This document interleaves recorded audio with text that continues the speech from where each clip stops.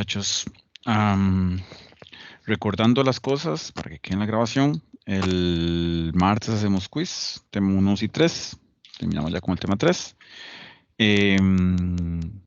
Y probablemente las conclusiones más importantes que hemos tenido de este capítulo 3 es que tenemos que entender que los polímeros en algún momento se los definí, que era una estructura o una dominios cristalinos embebidos en una matriz amorfa. Así la teníamos que entender. Y es importante ahora que ya son expertos o tienen ideas de cómo funciona esto, que entendamos que hay sistemas poliméricos que a pesar de tener la misma unidad repetitiva, esta es la misma unidad repetitiva que esta, por su distribución en el espacio, van a tener comportamientos térmicos diferentes. Entonces, muchachos, de estas tres configuraciones para el poliestireno, ¿cuáles podrían formar sistemas cristalinos y cuáles no? Isotáctico y simbiótáctico. Ok, perfecto. ¿Y por qué lo tenemos que afirmar de esa manera tan correcta y tan concluyente? ¿Qué permiten el isotáctico y el sindotáctico? Que no permite el atáctico. El empaquetamiento por la regularidad. Excelente, muy bien. Empaquetamiento por regularidad, muy bien. Entonces, vimos también esta curva. Ahora creo que esta curva nos queda mucho más clara. Hay materiales que, si tienen condiciones para cristalizar, para formar dominios cristalinos,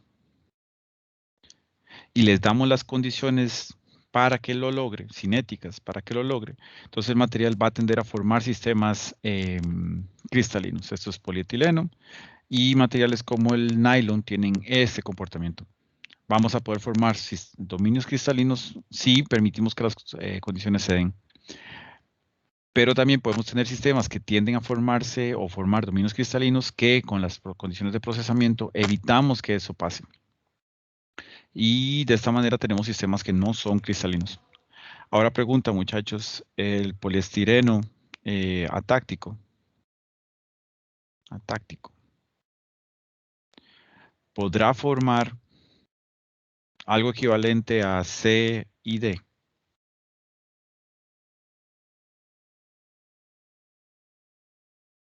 Probablemente. ACID, perdón, no. No, a C y D no, perfecto. Entonces el comportamiento esperado para un material amorfo, ¿cuál es, muchachos? B. Hablamos sobre temperatura de fusión, que es cuando hay un cambio de estado. Hablamos de temperatura de transición vítrea, que es cuando hay restricción de giro. Y estas dos temperaturas las hemos asociado a tres factores. Primero es la masa molecular.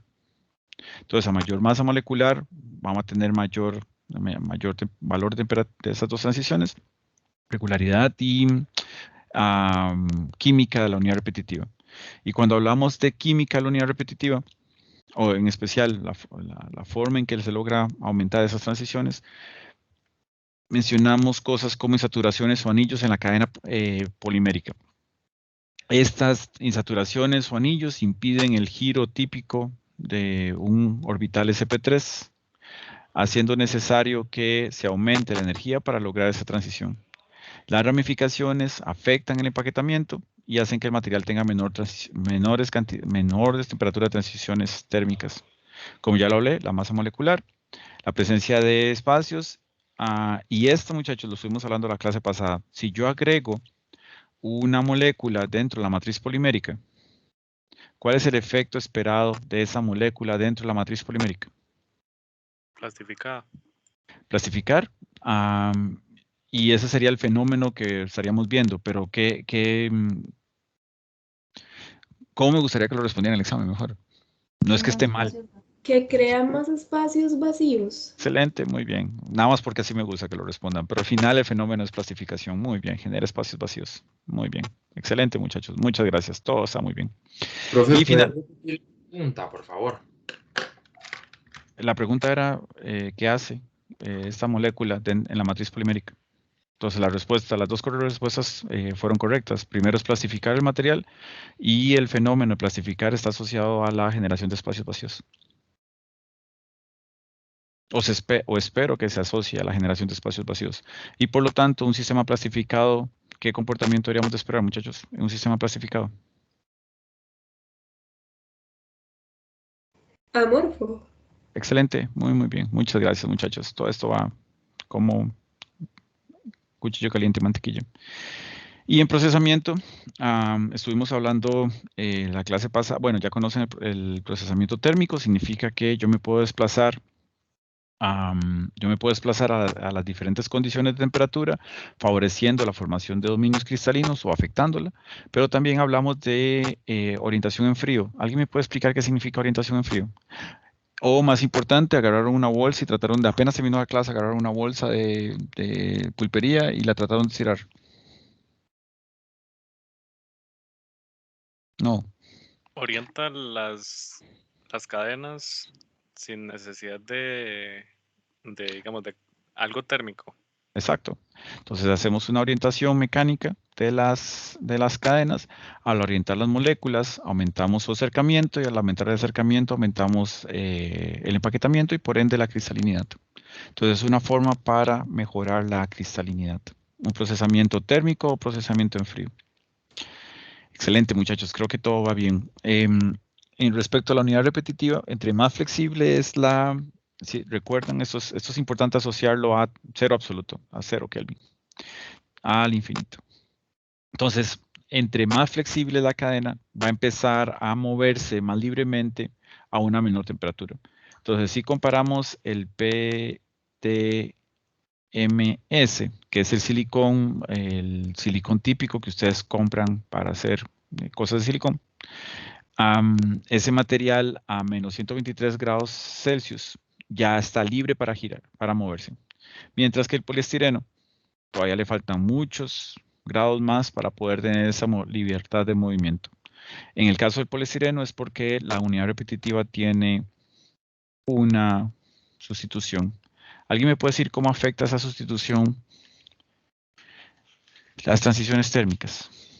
¿Cuál es el efecto de esa sustitución? Que hay una mayor restricción en el giro. Excelente, muy bien. En serio, yo creo que ya les podría hacer quiz hoy. Hay una mayor restricción de giro. Ok, ¿y qué pasa si comparo un poliestireno, nada más para ir al siguiente tema, un poliestireno? Voy a meter un grupo metil acá también, un CH3, para obligar esto a que esté más restringido de giro, entonces no haya dudas. Y aquí voy a meter un grupo R de 12 carbonos. Disminuye la temperatura. Disminuye la temperatura. ¿Y por qué disminuye la temperatura? Si está aumentando la restricción de giro. Genera más espacios vacíos. Porque impide el acercamiento entre cadenas y hace un equivalente a generar espacios vacíos. Excelente, muchachos. Yo creo que quedó. No sé, ¿alguien tiene dudas, muchachos? Porque yo lo veo todo súper bien. Los felicito, parece como que repasaron bien el tema. ¿Dudas? Esta curva, muchachos, es una curva de volumen específico. ¿Qué significa volumen específico? Es el inverso de la densidad.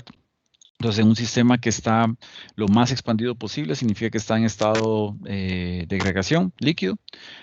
Si lo enfriamos rápidamente, vamos a darnos cuenta que ese material no tiene tiempo para contraerse, acercarse y disminuir su volumen. Entonces, vemos ese comportamiento. Entonces, los materiales tienden a disminuir su volumen de manera natural conforme baja la temperatura. Aquí lo interesante con el tratamiento A es que el volumen que estaba en estado de agregación líquido es muy similar al que tiene en estado de agregación sólido. Por lo tanto, muchachos, esta curva roja que he marcado acá corresponde a un material cristalino o amorfo. Amorfo. Muy amorfo, muy amorfo. Es el material más amorfo que ustedes pueden tener formado. Ahora, interesante es que a pesar de que traiga la misma pendiente desde el estado líquido hasta el estado sólido, ocurre este proceso de inflexión y reduce la contracción del material. Justo en la temperatura de transición vítrea. Ahí hay una reducción en la movilidad de la molécula. Y es evidente porque ya no se puede empaquetar más o no logra acercarse más debajo de esa temperatura. Mientras que en un proceso normal donde hay oportunidad de que las moléculas se acerquen, entonces vemos una reducción significativa del volumen, que eso es cuando pasamos de estados de agregación. Recuerden que cuando ustedes tienen estados de agregación, eso es importante, estamos en estado gaseoso y pasamos a estado líquido. ¿Qué pasa con ese volumen, muchachos? El estado de agregación gaseoso está ocupando todo este espacio, mientras que el estado de agregación líquido solo está pasando este espacio. ¿Qué pasa cuando hacemos cambios de estado? ¿Qué pasa con el volumen de cada uno de los estados? Se reduce. Se reduce. Entonces, si yo agarro un estado de agregación sólido, por lo general, dependiendo del material, tiende a reducirse también. Entonces, lo esperado cuando pasamos de líquido a sólido es que haya una reducción en el volumen del material. Y esto está asociado a que el material tiene zonas cristalinas. De todos modos, siendo amorfo o siendo cristalino, los dos materiales van a tener una transición, un efecto por debajo de la temperatura de transición vítrea, donde se restringe la movilidad de la cadena. ¿Dudas con esa gráfica, muchachos? Creo que le hemos invertido el tiempo necesario para entenderla, pero en este momento, si alguien tiene dudas. Esta gráfica tal vez me la salté por la emoción de explicar esta de acá. Aquí podemos ver el efecto de la temperatura respecto al peso molecular. Entonces, al tener, vean lo interesante de estas curvas, esta es la TG y esta es la TM. Podemos ver que la tendencia general, muchachos, es que al aumentar el peso molecular, ¿qué pasa con la temperatura de transición vítrea y la temperatura de fusión?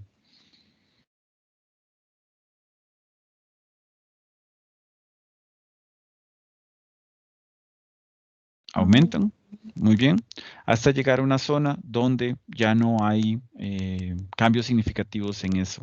Puede seguir aumentando el peso molecular, pero ya no hay cambios en las temperaturas.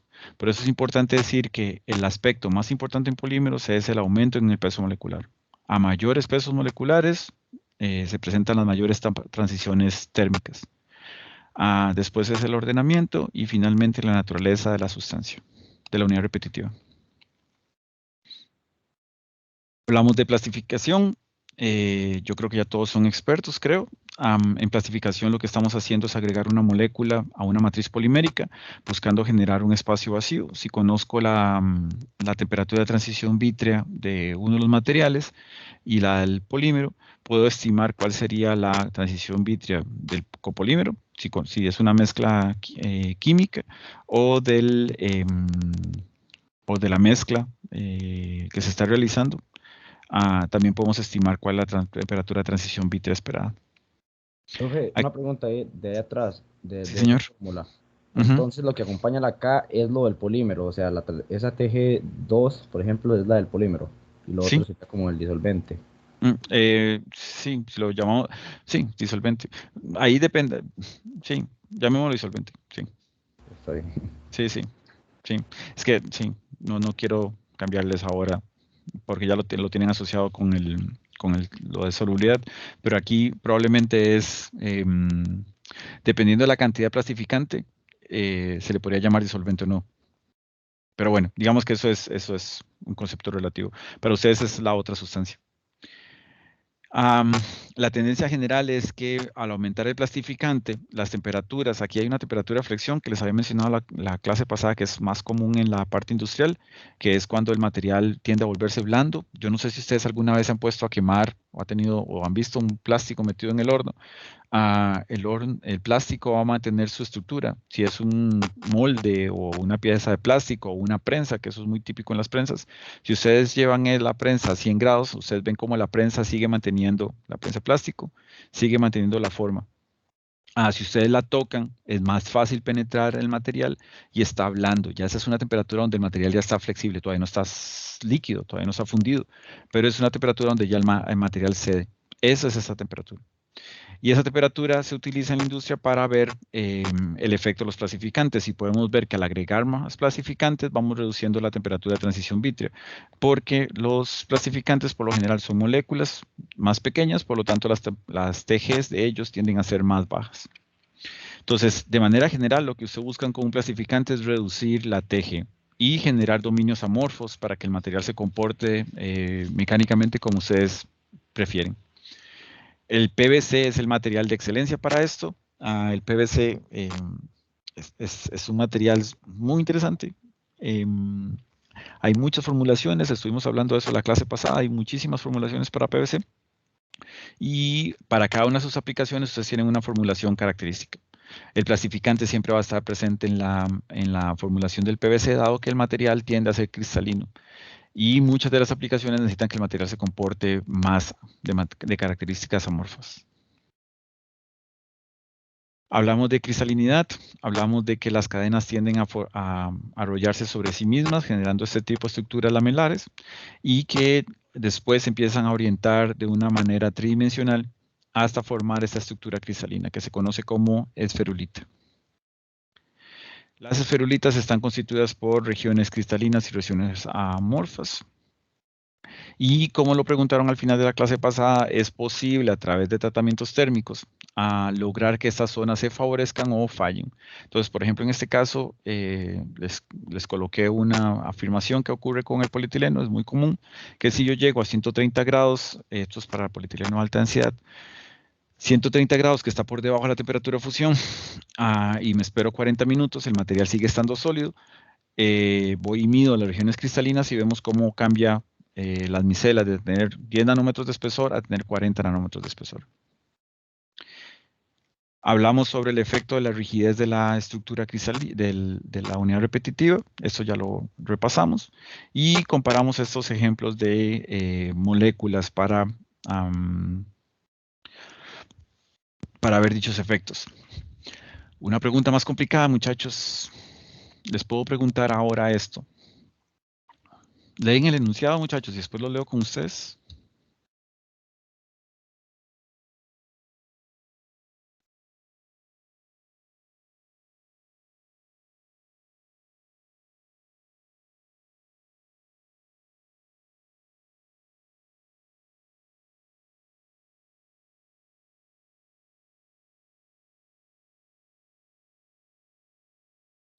Muchachos, los perdí. ¿Entendieron las preguntas? Profe, ya No, profe. Ok, muy bien, está bien, pero entendieron por lo menos la información. Los poliésteres, la policaprolactona, esta es de mucho interés. ¿Alguno de ustedes revisó algo así cuando estuvo haciendo la revisión bibliográfica acerca de del trabajo, del curso de trabajo policaprolactona? Esta es, digamos, es una molécula que se fabrica para aplicaciones médicas, muy usada en aplicaciones médicas, y en algún momento se trató de utilizar como sustituto de PET, pero vamos a ver que cuesta un poco sustituirlo. Y tenemos el polietilengtereftalato. ¿Este cuál es, muchachos? Es el PET. Y si se van a las cosas de reciclaje, ¿qué número tiene el PET en los procesos de reciclaje, muchachos? Es el 1. Excelente, muy bien, muy bien. Hoy estoy súper feliz de la clase de hoy, muchachos. Todo está saliendo perfecto. Entonces, la policaprolactona tiene una TG de menos 60 grados Celsius y una TM de 60 grados Celsius. Mientras que el PET tiene una TG de 60 grados Celsius y una TM de 250 grados Celsius. ¿Cuál material es más adecuado para estudiar cristalinidad en polímeros a una temperatura de 30 grados centígrados? Entonces, muchachos, si yo quisiera hacer estudios de cristalinidad en materiales y quisiera hacerlo a 30 grados centígrados, ¿cuál de estos dos materiales me serviría más para hacer esos estudios? Entonces, ¿qué es lo que tengo que hacer? Venir a la escala absoluta de temperaturas y poner esto en la escala absoluta. Aquí tengo este material a menos 60 Celsius y a 60 Celsius. Esta es la ventana de comportamiento del policaprolactona, PLC. Y voy a poner en otro color esta otra que es 60 justo acá. Tenemos la TG del PET. Y tenemos aquí a 250 grados centígrados la TM del PET. Y ahora yo quiero trabajar acá.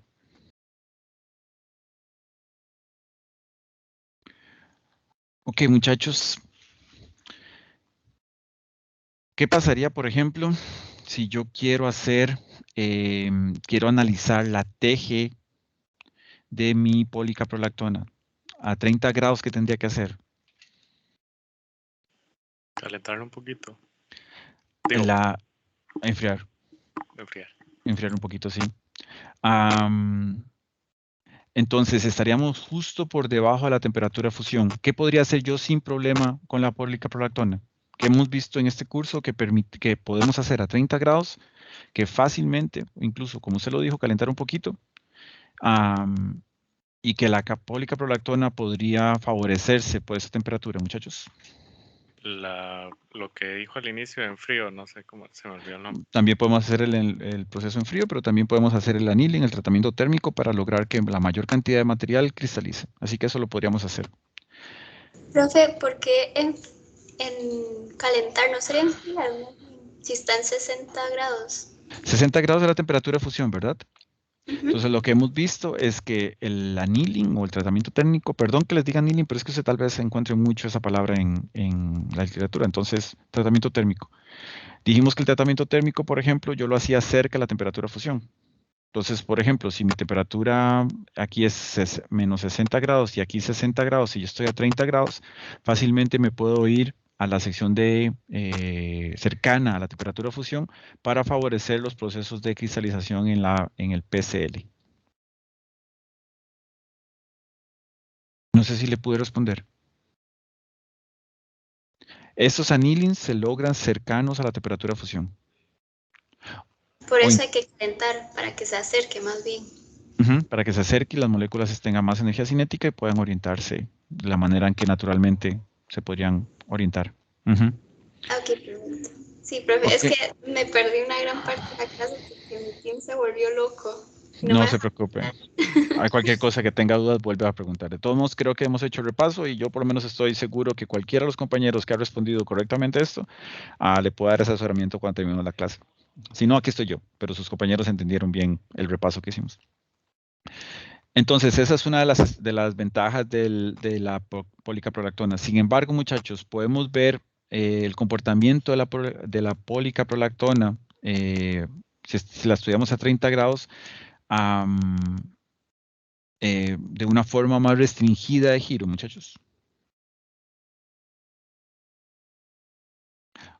O vibracional.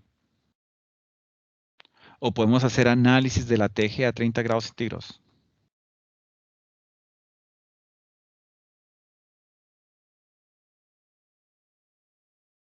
No podemos hacer análisis de TG a 30 grados centígrados porque la TG está a menos 60 grados centígrados.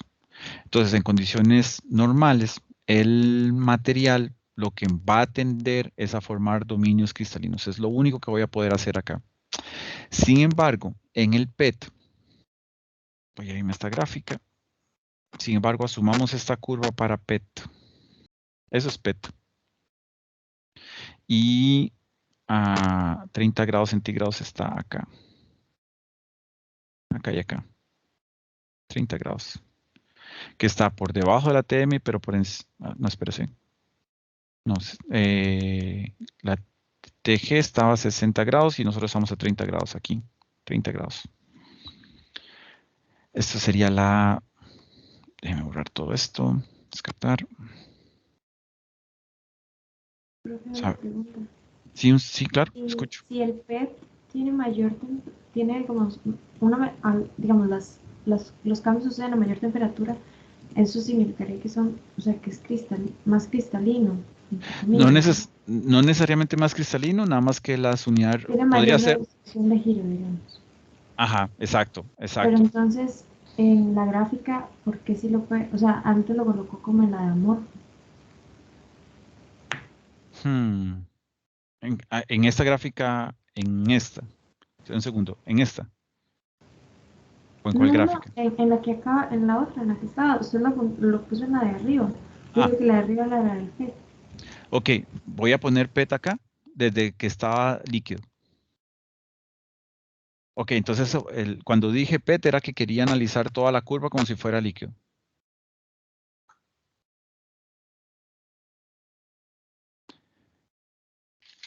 Entiende que estoy tratando de analizar el PET únicamente como líquido. Entonces yo puedo hacer que el PET, pero también puedo hacerlo también con la policaprolactona. Yo puedo hacer que la policaprolactona tenga el comportamiento de A o que tenga el comportamiento de B.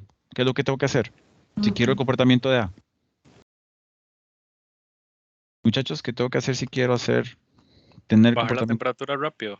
bajar la temperatura rápido. ¿Y qué pasa si dejo, si quiero que el PC, la policaprolactona o el PET se comporten como V?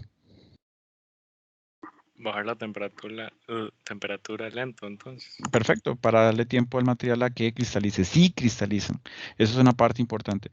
Ahora, muchachos, antes de explicar esto, tal vez fue mi error no haber escrito las estructuras de los materiales. Lástima, que sería perfecto que la gente pudieran dibujarlos ustedes.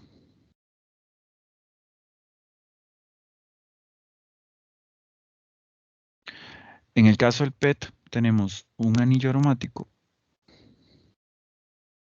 Tenemos O, CH2, CH2O, tiro este enlace. Aquí tengo este otro enlace y giro acá, cierro acá. Esto es el PET. Mientras que la policaprolactona viene, creo que esto lo vamos a ver en la próxima diapositiva. 1, 2, 3, 4, 5, 6. 1, 2, 3, 4, 5.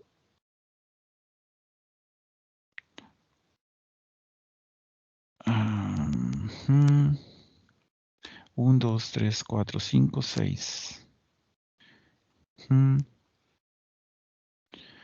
Esta es la unidad repetitiva que se abre para formar 1, 2, 3, 4. 1, 2, 3, 4, 5, 6. 1, 2, 3, 4, 5, 6. Entonces, ambas estructuras tienen un éster, así que las dos se llaman poliéster. ¿Cuál de las dos debería tener mayores transiciones térmicas, muchachos? Viendo la estructura. El PET, porque tiene anillos y saturaciones. ¿No tiene saturaciones? No, pero Asumir los dobles enlaces como saturaciones, perdón. sí, no. Y déjeme dibujarlos bien, porque ven que este carbonilo, que usted tiene toda la razón, este carboxilo, en este caso son carboxilos, están presentes en los dos. Entonces tiene razón, este carboxilo y este carboxilo y este carboxilo no giran fácilmente, pero no se llaman insaturaciones, se llaman oxidaciones o carboxilos. Insaturaciones sería, por ejemplo, si esto tuviera este enlace acá. Entonces se llamaría insaturación. Ok, entonces, Sofía, entendemos por qué el PET tiene una temperatura de fusión de 250 grados centígrados, mientras que la policaprolactona tiene una temperatura de fusión únicamente de 60 grados centígrados. Viendo la estructura. Muy bien. Entonces ahora voy a analizar la gráfica como la quería analizar a temperatura ambiente. Ese sería el comportamiento que yo puedo analizar en el PET. Si yo tengo mi PET amorfo o lo tengo cristalino, a 30 grados centígrados yo podría ver ese fenómeno. Pero si estuviera analizando policaprolactona a 30 grados centígrados ambiente, estaríamos como por acá. Así que no podría analizar lo que está pasando por aquí abajo. Nada de eso lo puedo ver, porque solo puedo ver el comportamiento en esta zona. Así que de manera práctica, de manera académica, el PET me permite ver más transiciones a temperatura ambiente o evaluar más el efecto de las transiciones a temperatura ambiente de lo que puede hacer la policaprolactona. Tal vez la pregunta no estaba tan claramente definida, pero espero que la explicación les permita ver o les haya permitido ver cuál de los materiales es más adecuado para analizar cristalinidad en procesos de cristalización en polímeros.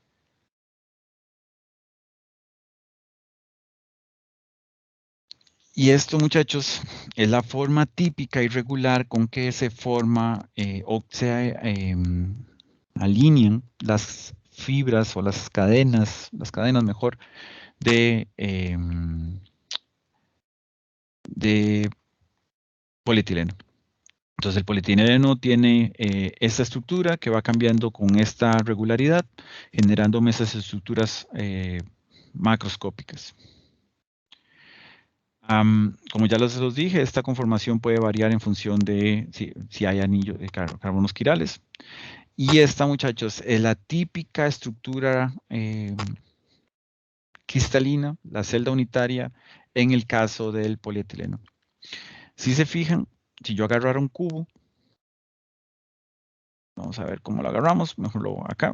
Si agarro una sección de esta interacción entre cadenas, me voy a dar cuenta, o espero que me crean, que esta parte de la cadena vecinal está entrando en este plano, en el mismo plano en que está esta estructura. Y esta cabeza, esta cola está entrando y esta cabeza está entrando. Entonces, la unidad repetitiva, la celda unitaria, que mantiene la mayor cantidad de carbonos e hidrógenos juntos, o es la mayor forma de empaquetar esta masa, tiene las siguientes dimensiones. Tiene 7,4 Angstroms de ancho contra 4,94 Angstroms de ancho, largo, y separados a 2,5 Angstroms de largo. Eso quiere decir que ya yo conozco las dimensiones del volumen, donde voy a tener 1, 2, 3, 4 carbonos, más 1, 2, 3, 4, 5, 6, 7, 8 hidrógenos. Entonces, el polietileno, el máximo empaquetamiento posible que esta unidad repetitiva puede tener son 4 carbonos y 8 hidrógenos en este volumen. ¿Se entiende eso, muchachos? Más o menos. La idea, por lo menos.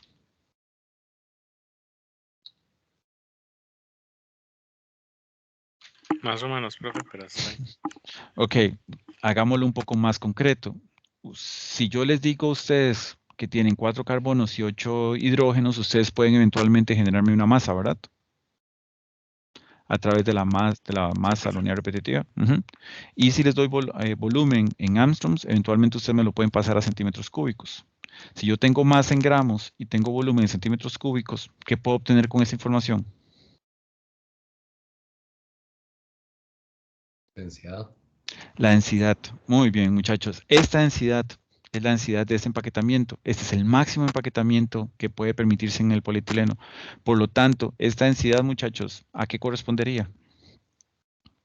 Si asumimos que esto se repite de manera perfecta en toda la unidad polimérica, ¿qué significaría esa densidad? La mínima densidad del Ok, polímero. ok. Vamos a dibujar de nuevo mi feo dibujo de polietileno o de polímero. Entonces tenemos zonas amorfas y zonas cristalinas. Así les he dicho que tienen que imaginarse los polímeros. Les he dicho que cuando en algún momento se los mencioné, ¿cuál es el máximo porcentaje de cristalinidad que ustedes van a toparse en la literatura? No siempre así, pero les he hablado de qué valores. Que era como... Entre 70 y 80%. 70 y 80%, muchachos. Perfecto. Entonces eso es cuando logramos un empaquetamiento máximo. Ahora, si yo les digo que esta densidad que les estoy reportando acá es la que se logra en una celda unitaria, ¿a qué región me estoy refiriendo? ¿A la región de alto empaquetamiento o a la región de menor empaquetamiento? La mayor. La de mayor, perfecto. Entonces, una de las afirmaciones que les he hecho ver es que ustedes no van a tener polietileno al 100% empaquetado. Por lo tanto, esta densidad corresponde a qué, muchachos? A la máxima, al máximo valor de densidad esperable para el polietileno. No hay un valor de densidad más alto que el que se ve acá. ¿Se entiende eso, muchachos?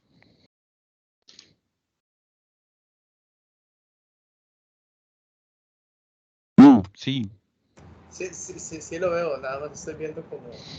Ya, no sé, ya lo vamos a calcular, no se preocupe. Todo lo abstracto llega a la matemática juntos. Pero cada vez que les explico esto y no les doy esta aclaración previa, entonces entro los cálculos y los pierdo en algún momento. Entonces mejor regreso y se los explico.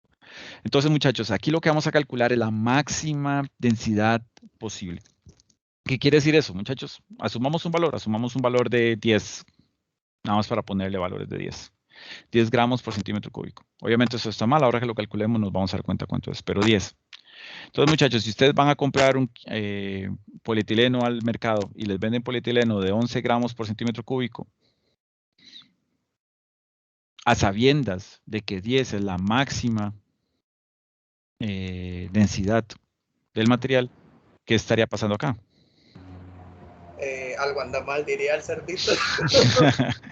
Ok, entonces ya es un criterio para no comprarlo. Y por ejemplo, si ustedes tuvieran que comprar polietileno de alta densidad, polietileno de baja densidad y polietileno lineal de baja densidad, low density, low density polietileno, y sabemos que el polietileno de alta densidad debería estar cercano a 10 y el de baja densidad debería estar por debajo de 10 porque tiene menor densidad. Sería lógico esperar que ustedes tengan un polietileno de baja densidad cercano a 9 o a 8 o a 7 o a 6. ¿Cuáles serían los valores que ustedes deberían de estar esperando para una de baja densidad? Un valor inferior. Valores inferiores, ¿ok? Eso es importante porque, por ejemplo, a mí me ha pasado que hay gente que me ha enviado cosas para revisar donde me dicen que la densidad de un polímero es de 2, bueno, o que son valores muy por encima de lo que se puede empaquetar. Entonces, ahí ese principio de cuánto es lo más que ustedes pueden empaquetar es importante. Entonces, estamos hablando del máximo empaquetamiento, máximo. Y si me voy a esta curva, muchachos, tal vez esa curva ahora tenga más sentido. En esta curva, muchachos, ¿a qué valor estaría yendo? ¿En qué sentido estaría yendo? ¿Estaría yendo para allá o estaría yendo para allá?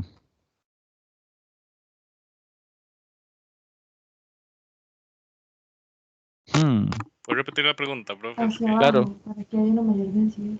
Ok, muy bien, muy bien. Nada más voy a repetir de nuevo la pregunta, pero ya Sofía nos respondió. Entonces, si les hablo de esa densidad que les acabo de mencionar, esa es la densidad de la celda unitaria. Celda unitaria.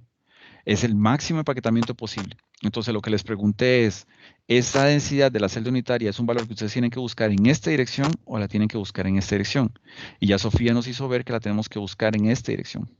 Entonces, si nosotros seguimos enfriando el material y permitimos el máximo empaquetamiento y todo el polietileno tiende a cristalizar perfectamente, cuando lleguemos al cero absoluto, ese cálculo que vamos a obtener ahora debería ser el valor que encontremos en el polietileno. Si logramos ese perfecto empaquetamiento, que no es posible, pero sí lo tratamos de lograr.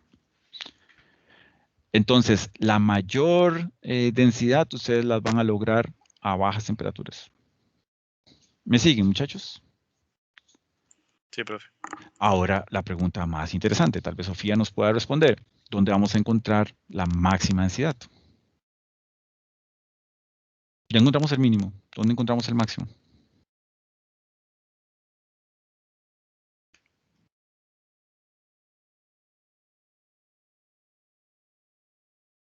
Aquí. Profe, ¿es menor temperatura, mayor densidad? Tal vez. No necesariamente, como se dan cuenta, aquí hay una curva constante, así que a veces no hay un cambio significativo al bajar la temperatura, así que, pero la idea es que si ustedes logran empaquetar el material y siguen bajando en temperatura, van a llegar a un punto donde ya no va a haber más movimiento por debajo de la TG, cercano a la temperatura de transición, al cero absoluto, y en ese cero absoluto donde ya no hay más vibraciones, ahí van a encontrar el máximo empaquetamiento. Debería ser así. Pero ese valor de densidad podría estar acá, o podría estar acá, o podría estar acá. Ya por debajo de la TG. Cualquiera de estos ya podría ser un valor relativamente constante. Entonces, la máxima densidad, el máximo empaquetamiento lo van a encontrar por debajo de la TG o a bajas temperaturas. El máximo volumen, muchachos, según estas gráficas, ¿dónde lo estamos viendo? Después de la temperatura de fusión. Después de la temperatura de fusión llegamos a sistemas altamente desordenados. Y entre este punto y este punto, muchachos, la pérdida de empaquetamiento o el cambio de densidad entre el sistema fundido y A y el sistema fundido y B nos permite ver que A tiene el sistema más desordenado comparado con B. Aquí tenemos un sistema altamente desordenado, enfriamos rápidamente. En sólido tenemos un sistema altamente desordenado. Pero en el sistema B tenemos ese sistema desordenado y si enfriamos lentamente vamos a lograr este ordenamiento. Por lo tanto, una reducción en la ansiedad. ¿Me siguen, muchachos? ¿O los perdí? Sí, entonces, si es menor que la TG, significa que puede haber una mayor posibilidad de que tengamos una mayor densidad. No necesariamente, yo creo que fue mi error haber hecho esa afirmación. No necesariamente porque, por ejemplo, para el polietileno, específicamente para el polietileno, yo puedo tener mi máximo empaquetamiento cercano a la temperatura de fusión. Pero eso es un comportamiento esperado para el polietileno. En el caso del nylon, ¿qué es lo que voy a ver? Voy a ver que puedo empaquetar mi material y por debajo de la TG ya no voy a ver más empaquetamiento. Si yo sigo enfriando esto, voy a llegar al máximo empaquetamiento posible para el nylon. Entonces, yo sé que cometí el error de hablar sobre por debajo o llevarlos al cero absoluto. Yo cometí el error de hablar sobre cero absoluto, que es donde ya no hay vibraciones. Pero dependiendo del material, ustedes pueden tener máximos empaquetamientos a diferentes temperaturas. Pero siempre va, perdón, siempre va a ser, digamos, a una temperatura menor. O sea, el análisis sí se puede hacer con respecto a que, digamos, vamos a encontrar la mayor densidad conforme haya una menor temperatura. No Claro. necesariamente, digamos, una en la TM o en la TG, pero sí es Ujú. menor. Claro, porque la tendencia natural en los materiales, en casi todos los materiales, hay muy pocas excepciones, o hay una serie de familias de materiales que tienen una excepción, es que conforme yo bajo la temperatura, la densidad aumenta, o el empaquetamiento aumenta. Más bien, la energía cinética o la energía vibracional disminuye, por lo tanto se obtiene un mayor empaquetamiento. Eso es por principio. Entonces ustedes toman una curva de volumen específico contra temperatura. Vamos a ver que todas las curvas tienden a disminuir con la temperatura. Eso es en general todos los materiales. Hay muy pocos materiales que se expanden al disminuir la temperatura. Pero ¿qué quiero decir con esto? Que si yo agarro este polietileno que tiene ese máximo empaquetamiento de 90%, que ya lo hemos hablado varias veces en las últimas semanas, y lo llevo al cero absoluto, voy a seguir teniendo mi 90% de cristalinidad, pero con el mayor empaquetamiento posible. Ahí ya voy a tener la mayor densidad posible para ese polietileno. No sé si le respondís. Daniela, yo no sé, le estoy diciendo Dani, es que solo llega Dani, el No, nombre. sí, profe, sí, ya me quedó más claro, sí. Sí, no, perdón, fui yo el que traté de llevar todo a comportamientos en general y no hace falta confundir tanto. Muchachos, este punto de D, si ya yo les dije que la densidad de la celda unitaria es la máxima posible, y yo les digo que esto es lo más que ustedes pueden empaquetar el polietileno según esta gráfica, y los dos estamos hablando de polietileno, y aquí estamos hablando de polietileno. Entonces, estos dos valores son iguales, muchachos. El polietileno D es igual a la densidad de la celda unitaria.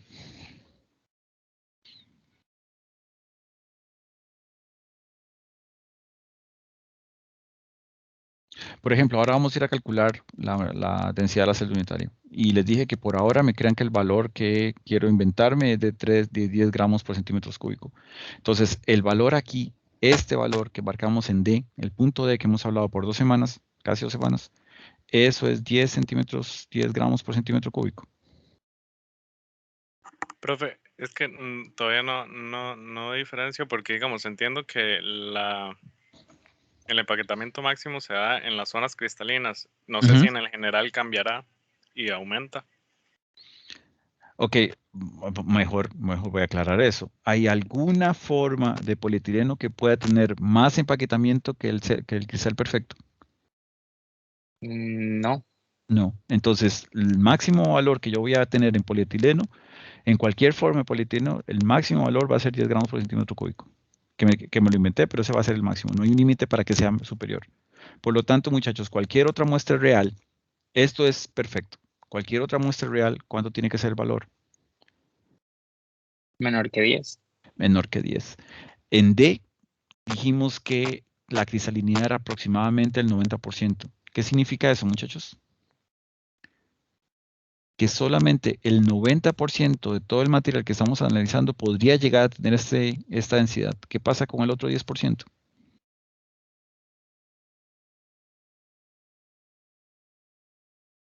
No tiene este nivel de empaquetamiento. Por lo tanto, muchachos, es de esperar que este valor de D tenga una densidad de 10 gramos por centímetro cúbico? No. No. No. ¿Ok? ¿Todos acordamos eso, muchachos? ¿Todos entendemos por qué? Entonces, la densidad del cristal perfecto, muchachos, es el máximo empaquetamiento que podemos lograr en un polímero. Pero en la realidad es que las densidades de los materiales van a estar por debajo de ese valor.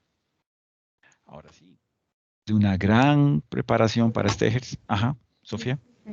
¿No es En problema? caso de que, o sea, se diese el caso, yo sé que hablamos que no, pero que en esa curva se viera que llega al 100%, sí podríamos afirmar que era lo mismo. Sofía, vieras que escuché casi todo menos la pregunta. Perdón, si en caso de que esa de llegara a 100, que ya hemos hablado ok. que no pasa porque en los Ujú, polímeros no pasa, ahí sí podríamos afirmar que la densidad sí es de exacto. 10, en este caso, Podría ser. porque en todo el polímero se tiene esa densidad. Exacto, exacto. En ese Pero en caso el sí punto podría. es solo una sección, entonces por eso no se puede afirmar. Exacto. Perfecto. Ok, Muy bien. listo. Muy, muy bien.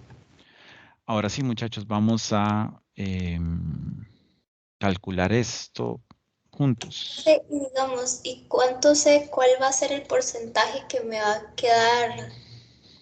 O sea, no de forma máxima, por decirlo así. Ay, me encanta la pregunta, Daniela. Yo creo que nos ponemos de acuerdo de qué preguntas va a hacer y cuándo las va a hacer. Ok, entonces, antes de resolver el ejercicio, porque vamos a resolver esto. ¿Y qué vamos a resolver acá? Vamos a buscar cuánta masa hay en la celda unitaria en un volumen dado. Y obteniendo esto, convirtiendo la masa a gramos y el volumen a centímetros cúbicos, podemos obtener la densidad de cristal perfecto, que es el máximo empaquetamiento. Ahora Daniela se pregunta, ¿cómo voy a hacer yo para saber en qué parte de la curva de temperatura con cristalinidad estoy analizando mi muestra? Y para eso tenemos que utilizar diferentes técnicas. Hay diferentes formas de medir la cristalinidad. Entonces, yo les dejo esta, rayos X, porque ustedes eso lo usan mucho en su escuela y tienen un difractómetro muy, bastante poderoso. Así que es un sistema que ustedes pueden utilizar para definir la cristalinidad de su material. Entonces, yo creo que en algún momento les había explicado cómo funcionaba, por lo menos de manera general, cómo funciona el rayos X, o tal vez lo vieron en otro curso, pero lo interesante es que los patrones de dispersión observados en materiales amorfos y en cristalinos son diferentes.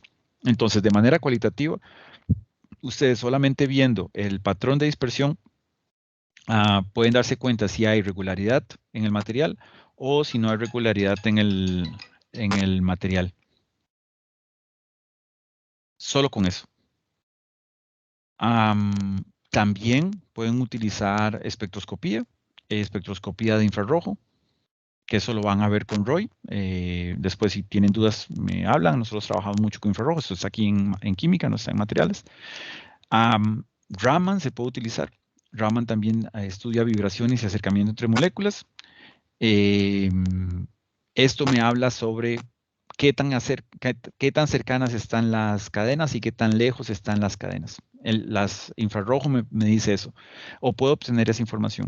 Qué tan libres o qué tan no libres están las cadenas. Y en función de eso puedo estimar un porcentaje de cristalinidad. O resonancia magnética nuclear, que no estoy seguro si eso lo vieron en orgánica. Creo que todavía es parte del contenido. Y también les permite estudiar cristalinidad. Ustedes van a salir en este curso, yo espero, por lo menos yo voy a dar un par de horas de ese tema porque me gusta mucho la idea de que lo tengan claro, con análisis térmico. Con análisis térmico ustedes van a poder medir curvas y asociar esa transición a una transición de cristalinidad. Y si tengo un espectro un termograma, perdón, donde esa curva, donde no aparece del todo, sale muy pequeña esa banda, entonces ya yo puedo decir que el porcentaje, la cantidad de material cristalino es menor, el delta H cristalinidad es menor.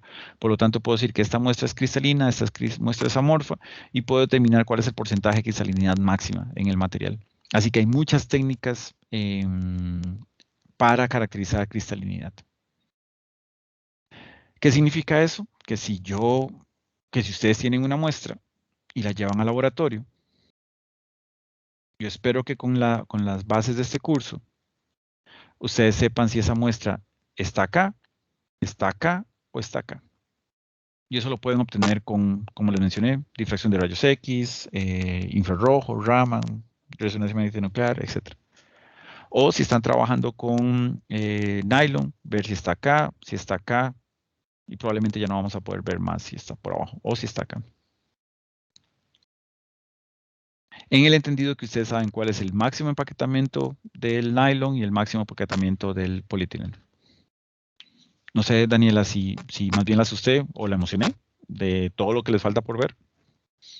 Está interesante, profe. Ok, entonces la primera parte, los primeros 4 temas en los que yo me enfoco mucho es que ustedes entiendan principios básicos para que cuando vayamos a caracterización o vayan a caracterización, la parte de caracterización esté clara, qué es lo que tienen que ver y cómo lo tienen que ver y cómo la preparación de la muestra va a afectar la respuesta en el análisis. Entonces, yo creo que ya tenemos que pasar de tema, ¿verdad? Y llevo como 1 hora explicándoles que vamos a determinar cuál es el...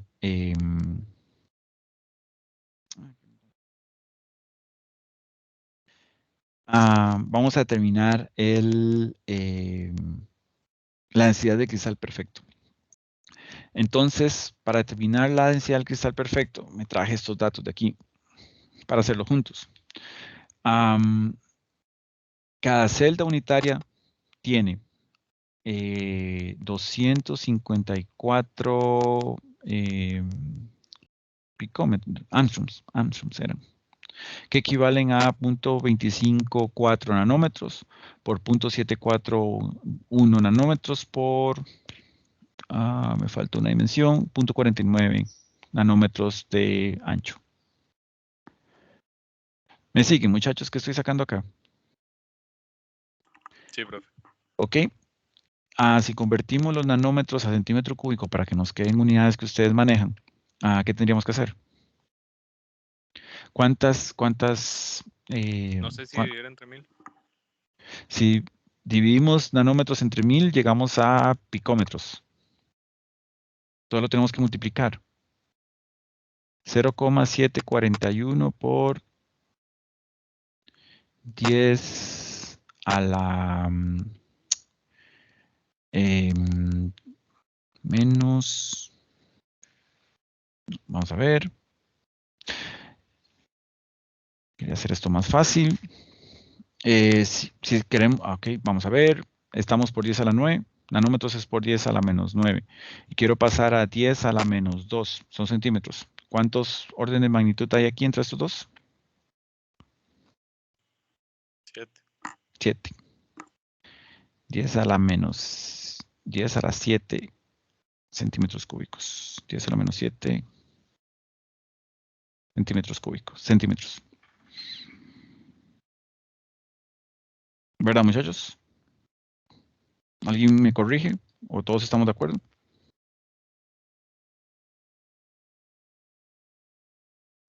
Está bien. Gracias. Y hacemos lo mismo con las otras dimensiones. 0.494 por 10 a la menos 7 centímetros y 0,254 por 10 a la menos 7 centímetros. Entonces aquí tenemos este volumen, me va a quedar en centímetros cúbicos. Y correspondería al volumen que contiene la cantidad de masa que nos interesa a nosotros, que son 12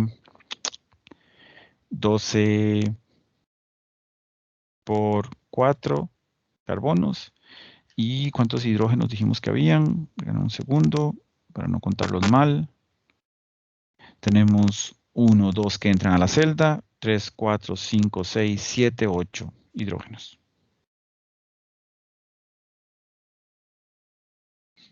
Hidrógenos serían 8 por 1. Entonces, muchachos, ¿cuánta masa hay en esa celda unitaria? 48 más 8 son 64, ¿verdad? 64 UMAS. Hay 64 UMAS por celda unitaria. ¿Me siguen o ya los perdí hace 20 cálculos, muchachos? Ahí está bien. Ok. 56, ¿no? 12, 48, 56. Gracias. Sí. Gracias. De todos modos ocupo sus calculadoras, muchachos, porque necesito estos cálculos. Ok.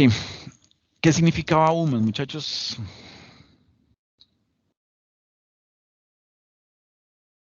UMAS, ¿qué significa? ¿Y por qué no puse ahí gramos? Hay 56 gramos por mol en ese volumen que estamos calculando acá. Profe, ahí lo que hiciste fue multiplicar 12 por ¿cuánto? Perdón, el número feo, 4. Ah, ok, ok. Y porque son 4 átomos de carbono los que están en la celda unitaria y 8 átomos de hidrógeno. Entonces, al final tengo una masa total de 56 humos. Los 4 átomos de carbono y los 8 de hidrógeno.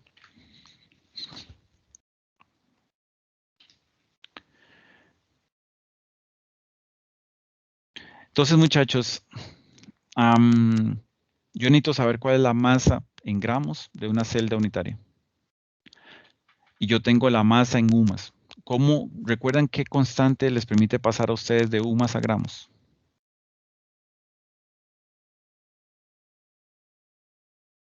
Era el abogado. Perfecto, muy bien, muy bien, excelente. Y entonces 6,022 por 10 a la 23 celdas unitarias están en un mol. Y un mol de esta cantidad de masa equivale a 56 gramos por mol. Esas son las constantes que ocupo. Entonces yo tengo en un mol 6,022 por 10 a la 23 celdas unitarias. Y cada una de esas celdas unitarias equivale a 56 gramos. Entonces lo planteo así. Una celda unitaria tiene 6,022 por 10 a la 23 celdas unitarias por mol y 56 gramos equivalen a un mol. Mol se me va con mol, celdas unitarias se me va por celdas unitarias, y esta equivaldría a los gramos que están presentes en una celda unitaria. Este volumen que calculamos acá, ¿qué era, muchachos?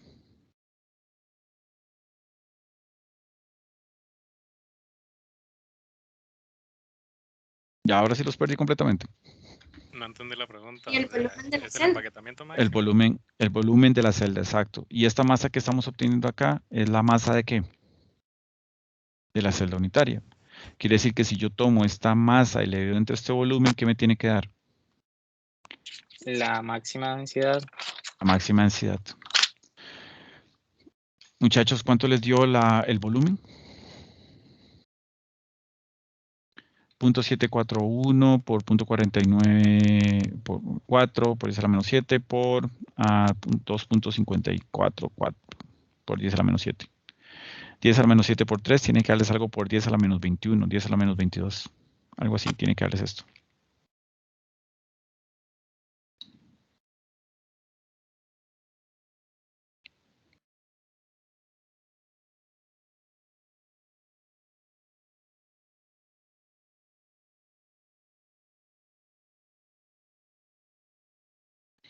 ¿Cuánto, muchachos? A mí me dio 9.3 por 10 a la menos 23. 9.3 por 10 a la menos 23. Sí, a mí Ajá. también me dio eso. Excelente. ¿Y cuánto les da esta masa, muchachos? Centímetros cúbicos.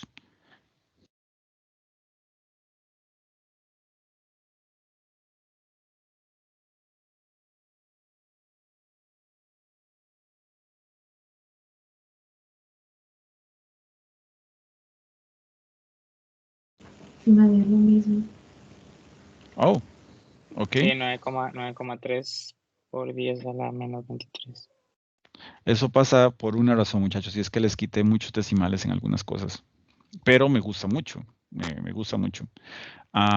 Entonces tomo 9,3 por 10 a la menos 23 gramos y lo divido entre 9,23 por 10 a la menos 23 centímetros cúbicos y me dice que la densidad de un cristal perfecto de polietileno es de 1,00 gramos por centímetro cúbico. Entonces, muchachos, el polietileno de alta densidad, density polietileno, podría tener una densidad de 1,00 gramos por centímetro cúbico.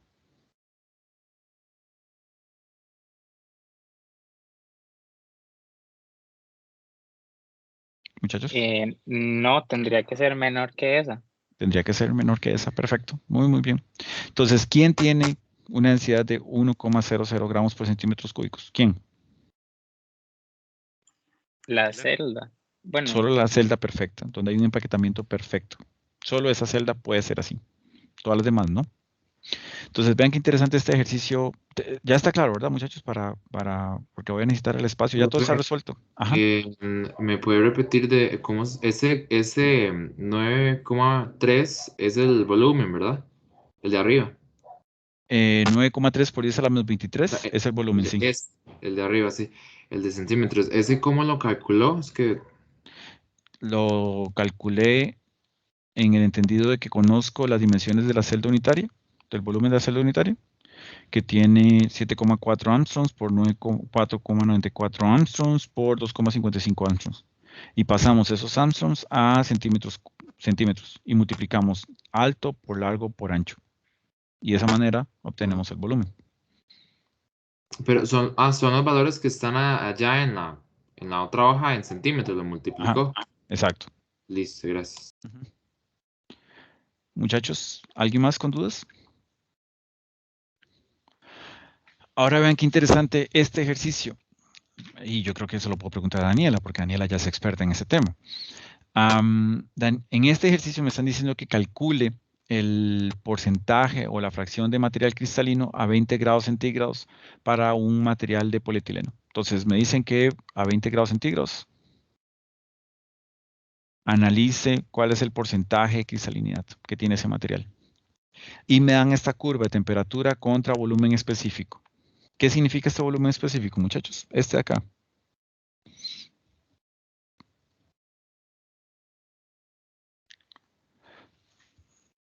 el volumen que está ocupando de la celda, ¿no? No, ya no, porque la celda es perfecta y solo a una fracción va a estar ocupando ese máximo empaquetamiento. Pero me gusta su respuesta porque la voy a usar para tratar de dar mi apreciación de qué tienen que interpretar ustedes ahora con volumen específico o densidad. Entonces, si ustedes tienen un cristal perfecto, ya saben en el polietileno, por lo menos ya lo conocen en el polietileno, pero lo pueden calcular para cualquier otro polímero. Entonces, ustedes ya saben que el máximo empaquetamiento de este sistema es cuando todas las cadenas están perfectamente empaquetadas, que esto es imposible, pero les queda 1 gramo por centímetro cúbico, en el caso del polietileno. Ahora, cualquier otra muestra de polietileno va a tener zonas amorfas con una cantidad de zonas cristalinas.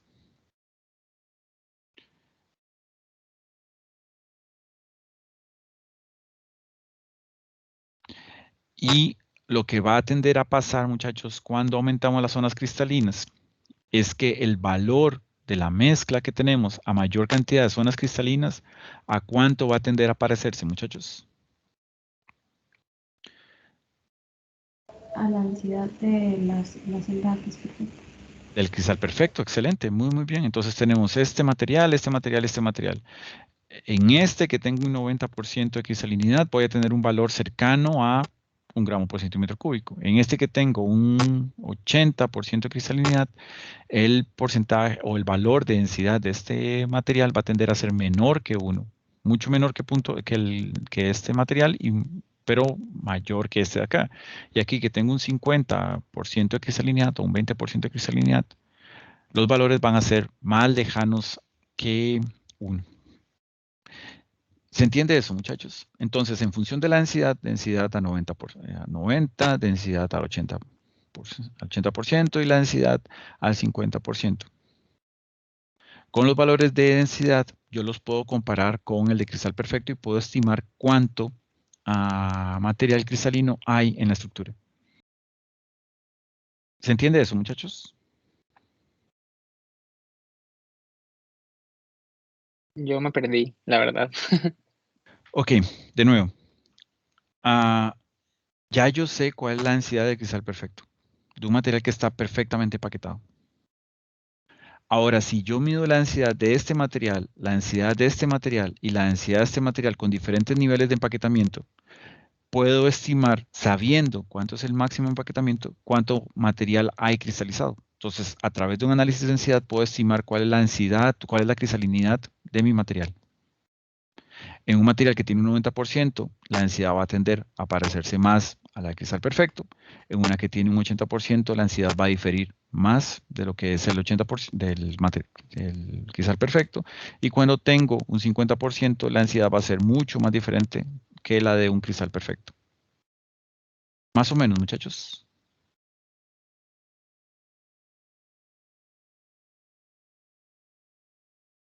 Sí, Sí, profe. profe. Ok, tenemos el máximo, pero ¿cuál es el mínimo, muchachos? ¿Cuál sería el mínimo de densidad? El máximo es el cristal perfecto, el mínimo, muchachos.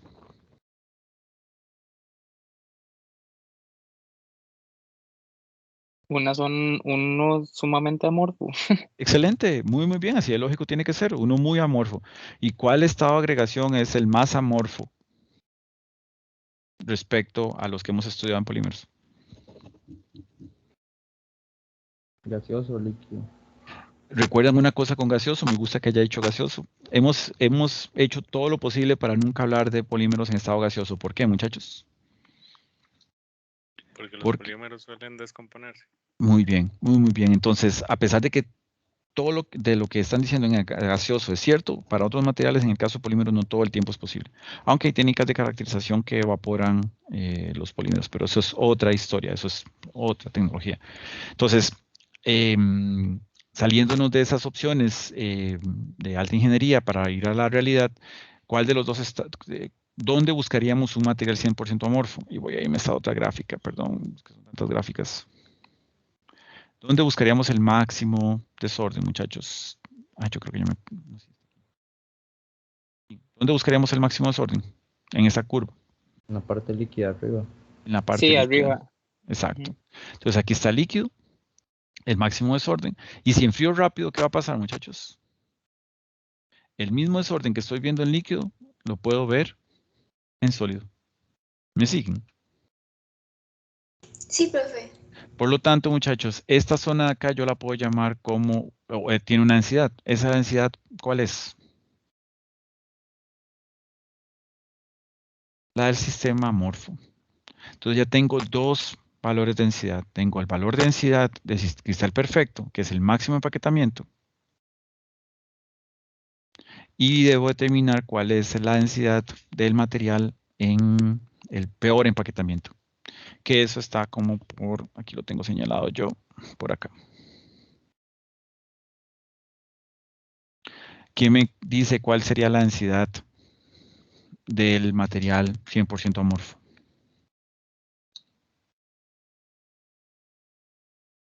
Sería el contrario del volumen específico para esa parte. Excelente, muy bien, muy bien. Casi siempre mete la pata, pero usted no la ha metido todavía.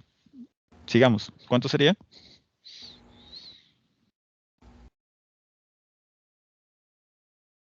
Solo para empezar, ¿cuál sería el valor de volumen específico aquí, en este punto acá?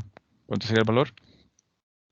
Vean que de raya a raya hay 0.05. Por lo tanto, acá, muchachos, ¿qué valor sería? 1.1, 275. 275. Ahora sí, perdón, ya le digo. Josué era, ¿verdad? Su nombre. Sí, profe. Ok, Josué. Tiene una calculadora cerca para que nos ayude a determinar cuál es el inverso de 1,275 gramos por centímetro cúbico. No centímetro cúbico por gramo.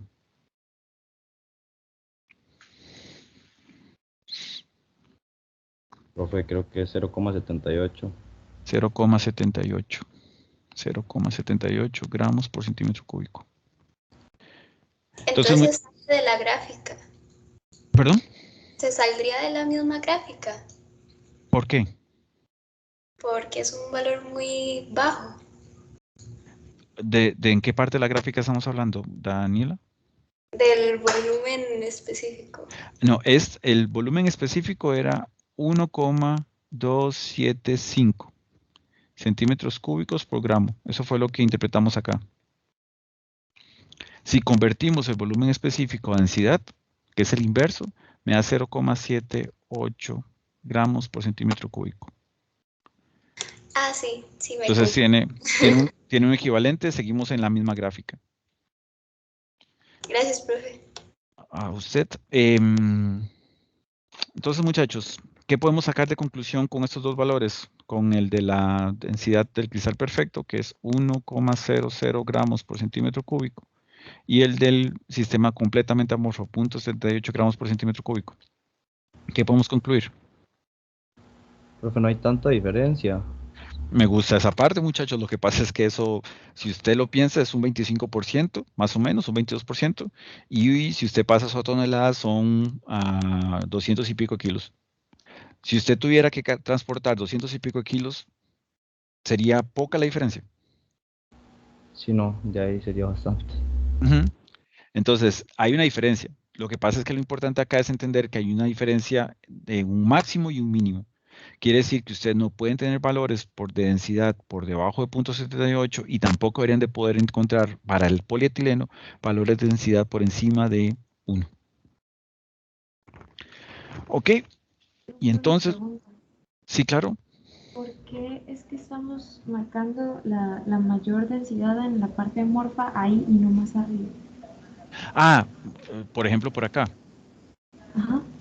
Porque el ejercicio me dice que asuma que el coeficiente de expansión del sistema amorfo está por encima y por debajo de la TM. Entonces, yo puedo tomar para este ejercicio cualquier valor por acá y por acá. Si lo tomo para acá, ya estoy hablando del sistema líquido y yo no lo puedo comparar con el sistema líquido. No sé si me estoy explicando. Déjeme borrar todo esto, lástima, porque el dibujito me gustaba descartar. Pero el ejercicio me dice que asuma que el coeficiente de expansión del sistema amorfo en materiales es el mismo por encima y por debajo de la TM. Si yo agarro valores acá, estaría agarrando ¿de qué estado de agregación?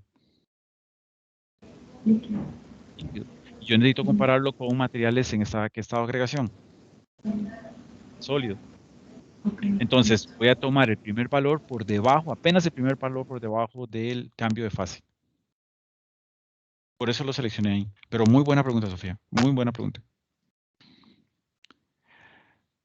Ahora sí, muchachos, ya tenemos la densidad del cristal perfecto, que es 1 gramo por centímetro cúbico. Y tenemos la densidad del sistema donde no hay nada de organización, que equivalía a 0,78 gramos por centímetro cúbico.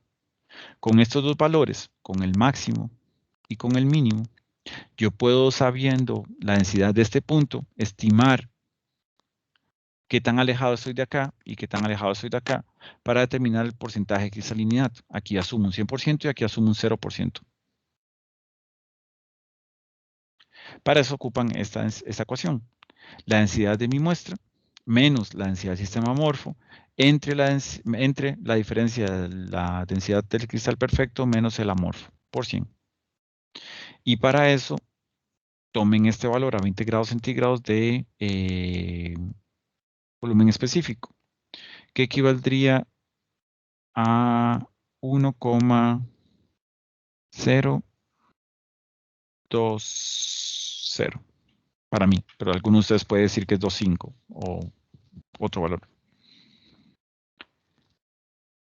Centímetros cúbicos por gramo. Me convierten esto a densidad, si no es mucha molestia, muchachos.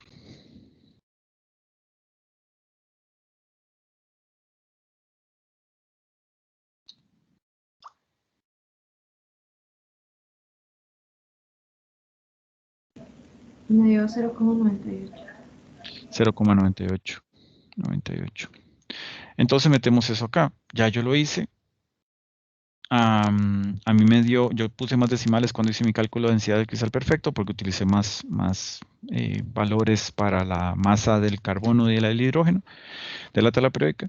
Y a mí me dio 0,7952 esta estimación y me dio 98,03 igual que a ustedes. Entonces, cuando metí todo esto a la ecuación, me dio el 90% de cristalinidad. Entonces, el polietileno en este punto, con esta gravedad específica, correspondía a un 90% de cristalinidad. Por lo tanto, ustedes ya deberían de ser capaces, a través de diferentes técnicas, de estimar el porcentaje de cristalinidad en su material. ¿Todos se sienten cómodos con esa afirmación que acabo de hacer?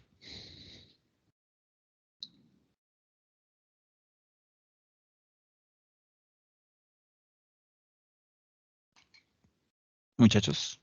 Profe, una pregunta, para un ejercicio como ese nosotros siempre vamos a, una pregunta parecida a la que hizo Sofía, siempre vamos a tener que nosotros interpretar en qué punto tenemos que tomar la temperatura para sacar la densidad amorfa.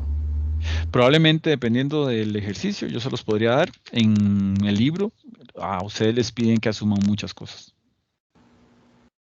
Entonces, por ejemplo, si usted la estuviera midiendo en la curva de enfriamiento, por ejemplo acá, que tiene otro valor a 20 grados centígrados, le hubiera dado un porcentaje de cristalinidad menor.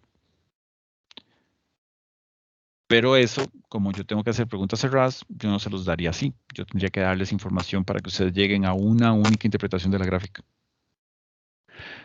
Profe, Sí, señor. ¿verdad que ese 1009 es la densidad de la celda unitaria? Perfecto, sí, de la unidad del cristal perfecto, sí.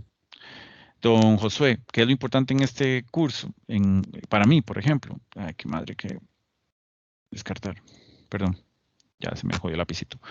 ¿Qué es lo importante? Que ustedes a veces solamente meten los valores en la calculadora sin fijarse qué es lo que están dando y que les dé valores de 10 por 10, 100 por 10 a la menos 25 y ahí asumen que son gramos por centímetros cúbicos. Y yo les pongo justo esa respuesta para que vayan a marcar con X y ustedes marcan 100 por 10 a la menos 25 gramos por centímetro cúbico.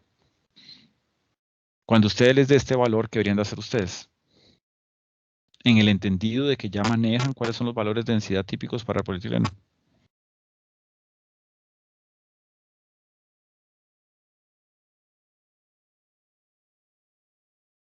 ¿Me podría repetir la pregunta? Descartar esa opción. Descartar esa opción es valores que son completamente reales. Ustedes esperarían una densidad de 100 por 10 a la menos 25 gramos por centímetro cúbico para cualquier sustancia en el universo. Creo. Por lo menos no conozco algo más denso, menos denso. Pero este valor está muy lejano de un valor real. Entonces, lo importante, por lo menos para mí en esta parte del curso, es que ustedes a través de esta interpretación de lo que está pasando a nivel de celda unitaria, lo puedan traer a nivel macro y que ustedes manejen valores y tengan capacidad para diferenciar valores incluso si se equivocan. Este valor les puede dar si se equivocaron en alguna magnitud y que ustedes sean capaces de regresarse y decir, ok, no, una densidad de 100 por 10 a la menos 25 gramos por centímetro cúbico no es un valor esperable. Así que tengo que ir a revisar qué es lo que está pasando. E ir a hacer revisar sus cálculos. Pero yo he tenido, por ejemplo, exámenes donde la gente me responde cosas como 1.000.000.000 de gramos por centímetro cúbico. Yo me lo escribí. Profe. Sí, señor. Esto que sacamos la C es como el porcentaje de cristalinidad de este polímero. Sí, cristalinidad. Y digamos, hay un gráfico como que sea al revés, digamos, como que uno saque el porcentaje de lo amorfo que es. Si usted sabe que el 90% es cristalino, Sí, ¿cuánto hay el de...? es amorfo, pero, o sea, decía si había como otro tipo de ejercicios donde era al revés, más bien. Yo podría preguntarles, podría ser, ya me dio la idea, por ejemplo, en un marcar con X, no les pregunte por el porcentaje de cristalinidad, sino que les pregunte por el porcentaje de material amorfo. Y entonces van a ser las dos respuestas, 90% y 10%. Y si marcan 90% estaría malo, por lo menos para este cálculo. Pero muy bien, muy bien. Muchachos, queda claro el punto de que para mí no es tan importante confundirlos con tratar de interpretar qué punto de la gráfica necesito que analicen, sino que entiendan qué información pueden obtener de esa gráfica, cómo procesarla y cómo utilizarla para obtener información útil como el porcentaje de cristalinidad. Eso es lo importante para mí. ¿Claro eso, muchachos? Sí, profe. Ok. Profe, Y ya, sí. pregunta, digamos, todo lo de entenderlo, sí lo entendí, nada más que no supe cómo sacaron el inverso del volumen específico, o sea, para la densidad, el cálculo como tal. Le enseño. Voy a sacar mi supercalculadora de pollo. Bien, mi calculadora, ¿verdad? Entonces sacamos este valor, ¿era el que no entendió o este valor? Cualquiera de los dos. Ninguno de los dos, es que fue como... Entonces este dijimos que era 1.275, ¿verdad? Entonces, el inverso de eso, hay calculadoras que me lo da. ¿Dónde estará por acá? Lástima, no está la calculadora. Pero el inverso de eso es agarrar este valor y dividirlo entre 1. Entonces, si yo sé que esto es 1,275 centímetros cúbicos por gramo, y yo lo elevo a la menos 1, entonces me va a quedar 1 sobre 1,275 centímetros cúbicos por gramo. Y matemáticamente lo que tendría que hacer es agarrar lo mismo, 1 entre 1,275. Y eso me daba 0.78. Pero su calculadora tiene una opción. Si tiene una Casio, como todos tenemos Casio, lo que pasa es que ya tenía una licencia para usarla y ya no me da. Aquí está. En su calculadora tiene que venir algo por 10 a la menos 1 o le da este valor. Y ahí saca los inversos, así de fácil.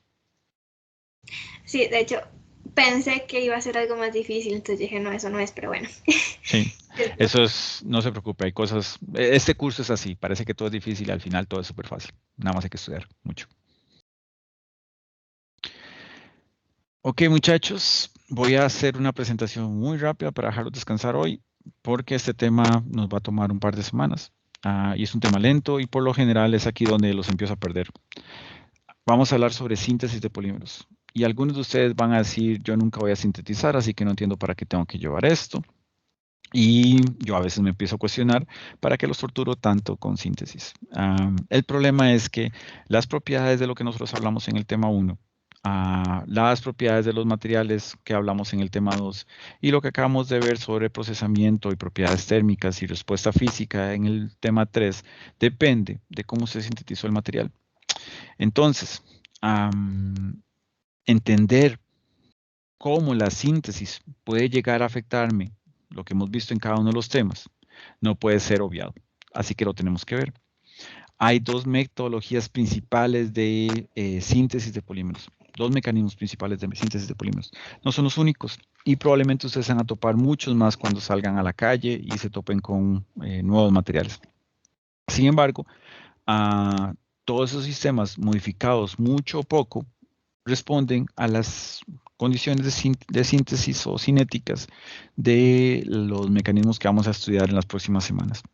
Uno se llama adición o reacción en cadena, dependiendo del libro de texto que lo vean, y el otro se llama condensación. Entonces, nada más para repasar, la polimerización consiste en el proceso de juntar moléculas pequeñas mediante enlaces covalentes para generar moléculas de mayor masa molecular. Se sintetizan a partir de monómeros y la forma en que esas unidades se peguen va a tener un efecto sobre sus propiedades mecánicas. Por lo tanto, tiene que haber una estrategia de cómo utilizar, cómo hacer esa unión de unidades repetitivas. Y aquí hay ejemplos, por ejemplo, aquí tengo el PET, que ya se los he dibujado un par de veces, el nylon, aquí está el poliestireno. Son diferentes tipos de materiales y esos materiales van a sintetizarse en condiciones donde se favorezca lo que yo ando buscando, según mi estrategia. Aquí está la policaprolactona, que se las mencioné ahora. ¿Sí, señor? Perdón, pero ¿qué era la síntesis del polímero? Era... La definición en general. Sí, es como de unirlos. Nada más. Entonces, ¿cómo voy pegando esas cadenitas? ¿Cómo agarro yo un monómero y lo hago un polímero? Entonces, hay dos formas. De manera general, vamos a estudiar dos formas, mecanismo de adición y mecanismo de condensación, pero hay diferentes estrategias para lograr ese objetivo. Y eso es lo que vamos a ver ahora. ¿Cuál estrategia utilizaría yo para llegar a qué? Y cuáles son viables y cuáles no son posibles desde el punto de vista del laboratorio. ¿Por qué es interesante esto? Porque vamos a darnos cuenta que existe inclusive el concepto de polímero vivo. ¿Qué significa eso? Significa que yo tengo mi reactor, tengo mi polímero creciendo, tengo una unidad de crecimiento y si yo agrego más monómero a mi sistema va a seguir creciendo. Y si yo agrego un monómero 2, voy a seguir creciendo con el monómero 2. Esto lo vamos a poder ver en unos métodos de síntesis. Vamos a darnos cuenta cuál es el efecto de los catalizadores y la importancia de estas sustancias durante el proceso de síntesis para lograr conformaciones, para tener ordenamiento en el espacio.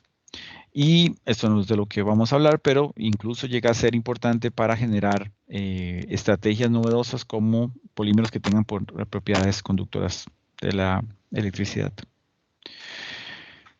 No hay que dejar de entender que esto pasa naturalmente. Si ustedes lo piensan, la celulosa que ya hemos hablado varias veces, que constituye la madera donde está la mesa de ustedes, es a base de un proceso biológico, donde enzimas tomaron esas moléculas y las pusieron de manera ordenada, muy ordenada, para generar una estructura tan compleja como es la madera. Pero también eso lo pueden ver en exoesqueletos de crustáceos. Todos los exoesqueletos de crustáceos son de naturaleza de polisacáridos, como les mencioné el almidón, que es un reservorio de energía, o unidades enzimáticas, de aminoácidos o proteínas, como la queratina del pelo. Y obviamente lo que constituye a los organismos desarrollados en la piel, etc. Entonces, ya esto ocurre de manera natural. El ordenamiento, la regularidad, todo lo que nosotros vemos en otros materiales que lleva 150 años el hombre apenas desarrollando, la naturaleza lo ha hecho por siempre. Y estos 5 puntos, yo creo que ya después de esos 5 puntos los voy a dejar descansar, son las cosas por las cuales, o son formas en que se clasifican estos métodos de síntesis. Se clasifican por el esquema cinético. Disculpen. Entonces, si yo tengo una ecuación de avance de reacción contra tiempo, avance de reacción contra tiempo o porcentaje de conversión, vamos a darnos cuenta que hay 2 formas en que este sistema funciona. Uno es que el porcentaje de conversión aumenta significativamente en el tiempo y después se mantiene relativamente constante. Y la otra forma que vamos a estudiar en este curso es que aumenta muy lento hasta llegar a un máximo en el tiempo. Es la forma cinética con que estos mecanismos se llevan a cabo. Así que cuando terminemos de ver ese tema van a poder reconocer cuál corresponde a cuál. Por la funcionalidad, dependiendo de lo que van a generar, por el grupo generado, por la naturaleza del polímero final o por el proceso de polimerización. En el libro de texto ustedes tienen todo un capítulo sobre estos métodos de síntesis, así que si a alguno le interesa, se puede poner a leer esas secciones del libro. Nosotros solo los vamos a quedar en condensación y adición. Y muchachos, esta tabla está presente aquí y está presente dentro de 2 presentaciones. Y a mí me gustaría que la repasaran ahora. Probablemente mucho está en chino. Significa que no están entendiendo mucho lo que está escrito ahí y las diferencias entre las 2 formas de síntesis. Pero a mí me gustaría pensar que al final de estas 2 presentaciones, 2 grupos de diapositivas, ustedes podrían identificar cuál es la diferencia entre ellas 2 y poder reconocer en función de las propiedades de la polimerización en cadena o la de pasos o por condensación, a qué corresponde cada una. Y lo primero que vamos a ver el martes va a ser funcionalidad. Les voy a explicar qué significa funcionalidad.